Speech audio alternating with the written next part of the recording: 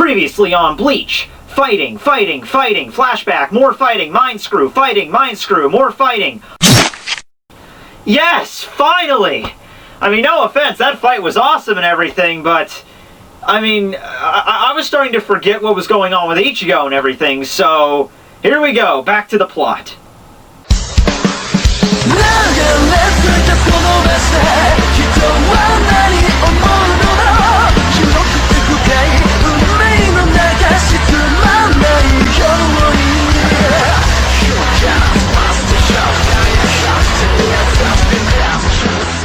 Hey everybody, Tekking101 here to review Bleach chapter number 527 entitled Eliminate from Heaven. And not to give a shameless self-promotion or anything, but right now on my vlog channel I'm doing a review of Dante's Inferno, which includes Heavens, so go and check that shit out. Link below. So chapter begins with Kenpachi's death blow to Unohana right through the throat. Excellent, Kenpachi Zaraki. With this, it's... Oh, I'm sorry, I couldn't understand you. Sorry, could you take your sword out from my throat? I can't exactly talk. Oh, I'm sorry, right, sorry. So she basically properly passes down the title of Kenpachi onto Kenpachi Zaraki right before she dies, to which Kenpachi is holding her in her arms, and this all of a sudden has turned into like a death battle melee, into kind of an emotional scene here, where Kenpachi's like grabbing onto her, like, you can't die, Unohana, you can't die, you're the only one I care about. Basically, that's kind of where this was going. And you know, everyone, like last video, I made a big thing. I said, I think Unohana's gonna die here, guys. And everyone was like, no, she's not gonna die, she's not gonna die. Yeah, turns out she kind of died. I think we're all a little bit saddened by this. No more so than Kenpachi, who once again unhinges his jaw in a giant scream of anguish. Not bad, not bad. You know, that I think even tops his record from the previous chapter of 6 inches. That's easily 8 right there. This guy... He has to be part snake or something. That's incredible. And then we get Unohana's last thoughts before she passes away. Basically, she's lamenting so much about Kenpachi and how, even though she is passing on and even though she will not be able to fight Kenpachi anymore, her death means bigger things for him. Her death is the only way that he could have achieved the things he achieved in that battle. So now he's able to be full strength, he's able to argue with those people that are closest to him, and he's able to fight the enemies that he needs to fight. You know, the only thing I can think of when they show Juha's face is, like, after Kenpachi awakened his true powers and everything, way over into the Vandenreich HQ, Juha is just sitting there, you know, talking to the other Sternritters, and like a shiver goes down his spine. He's like, oh, the hell was that? Okay, everybody, so the north wall was damaged during our first invasion, so I think that'll be the perfect place to flank them in case they try to escape. Hashfold, I want you to take a team of no less than 6 Sternritters and head over to that wall to guard the...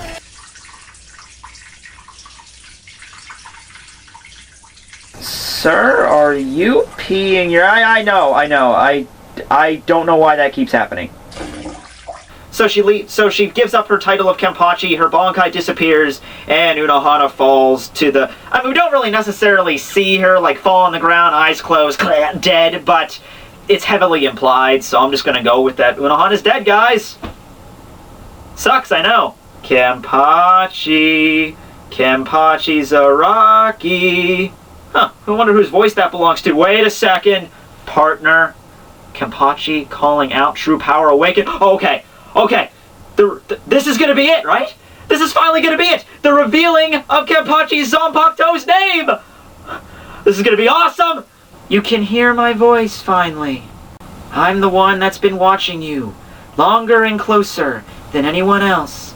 This is my voice. Pleased to meet you, Kenpachi Zaraki.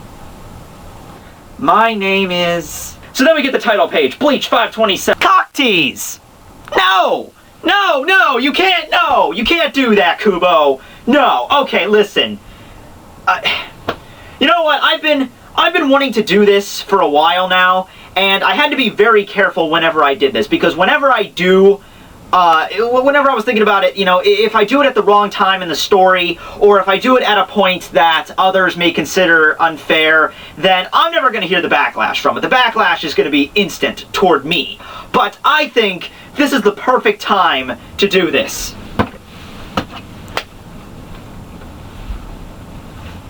Yeah, it's me. Drop it.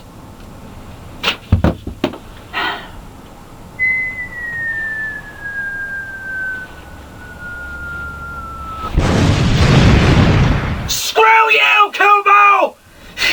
Okay, so to be fair, I asked around about this on Facebook before I decided to go the whole rage mode on this.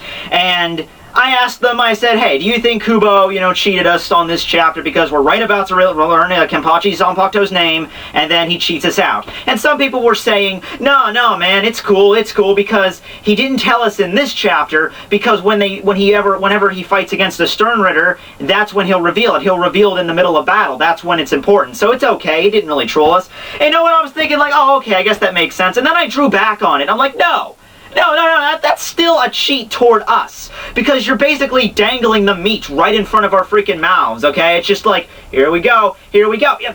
Kenpachi's sword's name is probably one of the most anticipated, most fanficked out. I mean, go to fanfiction.net. Look under Bleach, look under Kenpachi. I'm sure out of the hundreds of fanfics available for this one character, at least probably most of them have some kind of relation to Kenpachi learning his sword's name, learning his Shikai, Bankai, special ability, at least talking to his spirit.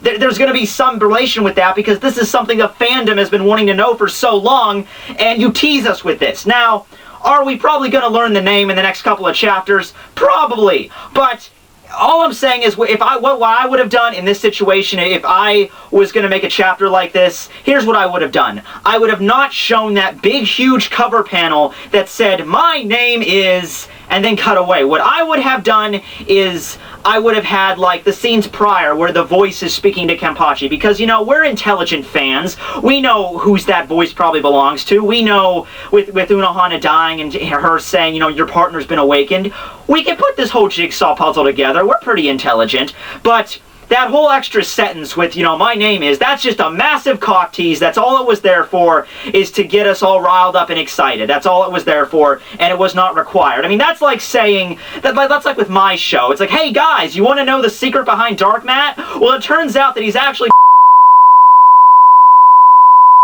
or, hey, remember that girl from my high school that I mentioned on occasion? Well, her name is See?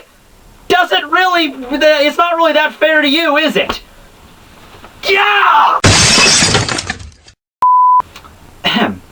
Wow. Okay, that was quite the tirade. Okay, so second half of the chapter, we cut on over to Ichigo Renji in the Nimaya's Hohoden Palace. Almost forgot what it was called there. It's been so long.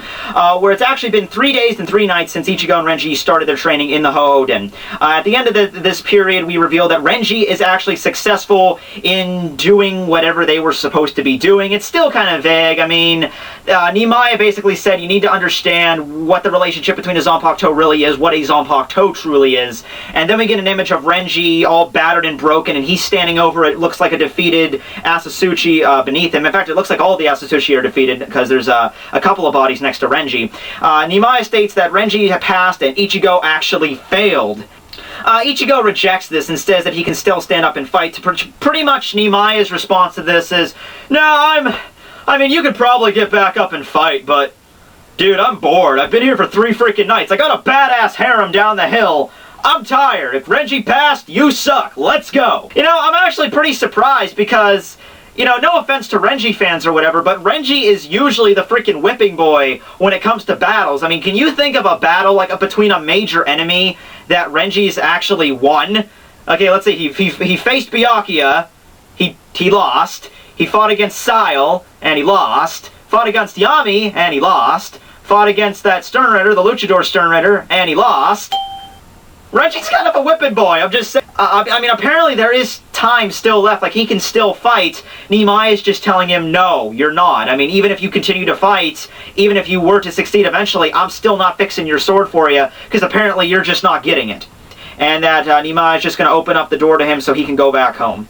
He sends down that girl from earlier, whose name is Mela, to go down and retrieve Ichigo and Renji. In question, at first, I thought, like, huge stakes here. I thought, like, Nimaya was saying, go back to the world of the living, to be a regular human. Ichigo asks what will happen to my powers, what will happen to Zangetsu if I leave. Nimaiya doesn't really say they're going to be gone, he just says they won't change. You know, the Zangetsu's always going to be broken, I'm never going to fix it for you, so you're shit out of luck, essentially. Okay, you know what? This is ridiculous. I'm the main character of this freaking series, and Renji is the one that passes this test? You gotta be freaking kidding me. I'm the one that always has to save everybody. I'm the one that's supposed to take out the main villain of the enemy, and I'm the one that gets beaten down in the end? Screw you, Nimaiya! You freaking third-rate Austin Powers ripoff! You are going to give me the reward I deserve for getting my ass kicked so many times in this freaking series right now! Well, you can have this Snickers bar. You bastard!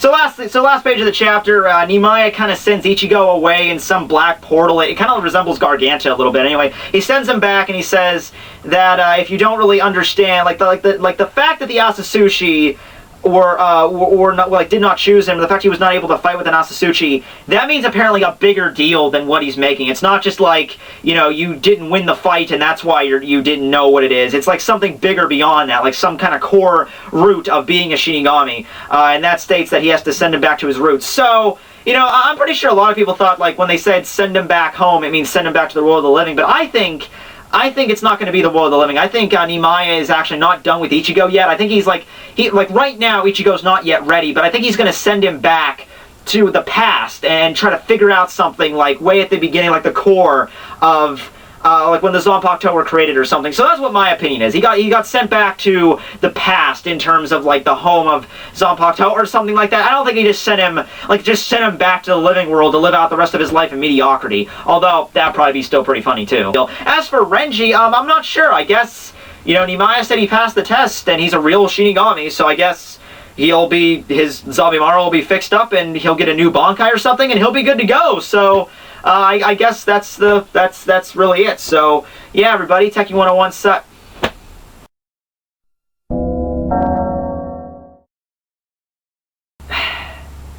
Okay, look, pal. I'm a lazy person by nature.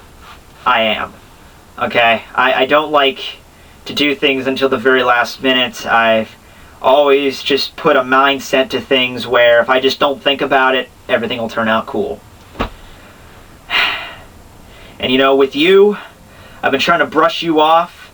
I've been trying to bargain with you, trying to reason with you. But apparently none of that's gonna work, so yeah, I was a kind of a douche to him, I gotta be honest, but I don't think that merits me dying for that reason. So let me tell you what, buddy. In 1 week, whatever happens, whatever earth-shaking event tries to take me into that great beyond, I'm not going slowly, I'm not going calmly.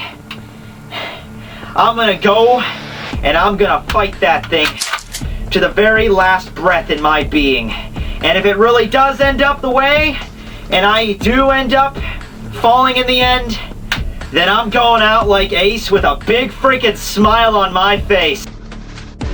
So, I'll leave you in the words of probably the greatest American action hero to ever live. Yippee-ki-yay, mother!